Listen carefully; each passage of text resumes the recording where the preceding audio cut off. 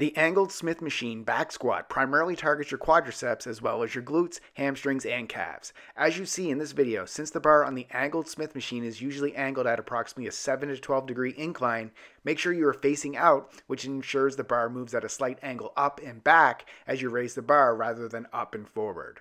Since the barbell on the Smith machine moves in a locked-in path, it requires less activation of the stabilization muscles, thus making it easier to learn the movement if you're new to the barbell back squat. To get started, with a hip width stance and toes straight or slightly pointed out, place the barbell across the back of your shoulders and grasp it with an overhand grip. Since the movement of the bar is locked in an up and down motion, before beginning the squat, shift your feet forward in front of your body 3 to 6 inches to ensure your knees do not go over your toes at the bottom of the squat.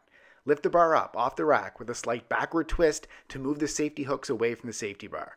Keeping your torso upright, lower your body into a squat by bending at your hips, then knees, until your thighs reach parallel to the ground or deeper, depending on your mobility. Press the entire platform of your feet through the ground to rise back up to standing. Repeat. Subscribe to get a new exercise video every day.